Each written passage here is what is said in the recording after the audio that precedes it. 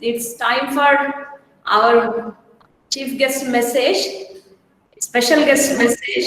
Now I request Dr. Pagidipalli Venkateshwarlu garu to introduce our special guest, Professor Banna Ailaya garu.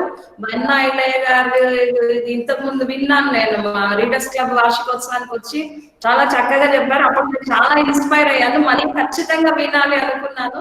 ఇంత తొందరగా మళ్ళీ ఒక మంచి అవకాశం వచ్చింది బన్నా ఐలయ్య గారి మెసేజ్ వినడానికి.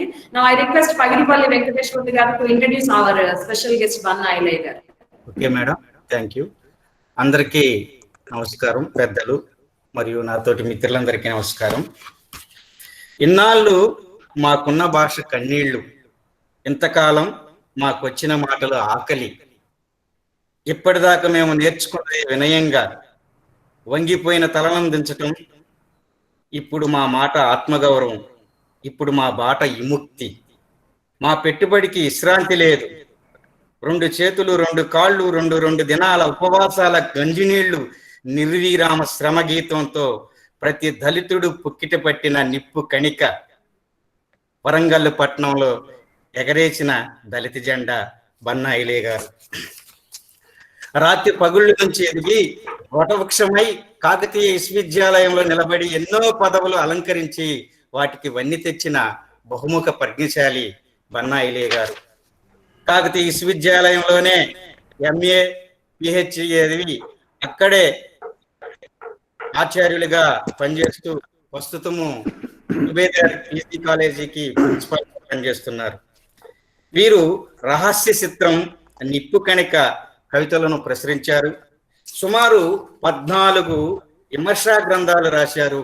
వాటిలోని ఇటీవల వచ్చినవి తెలంగాణ సాహిత్య పీఠికలు కానీ, తెలంగాణ కథ పరామర్శ లాంటివి కూడా అవి మనకి డిస్కోర్స్ జరిగిన సందర్భాలు ఉన్నాయి. తెలుగు డిపార్ట్మెంటు విమర్శని గ్రంథానికి సహ సంపాదకత్వం వహించారు.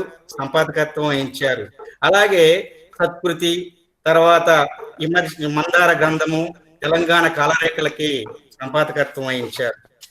హై స్కూల్ స్థాయి నుంచి విశ్వవిద్యాలయాల స్థాయి వరకు పాఠ్య పుస్తకాల సంపాదకత్వం ఇప్పటికీ వహిస్తూనే ఉన్నారు.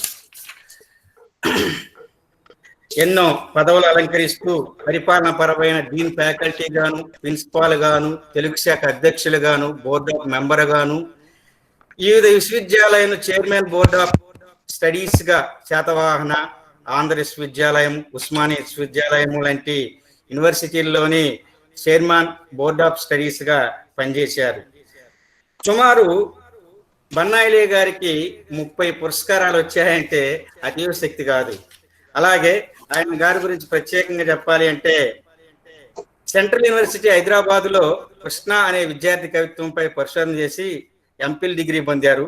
అంబేద్కర్ సంఘాల్లో క్రియాశీలకంగా పనిచేశారు.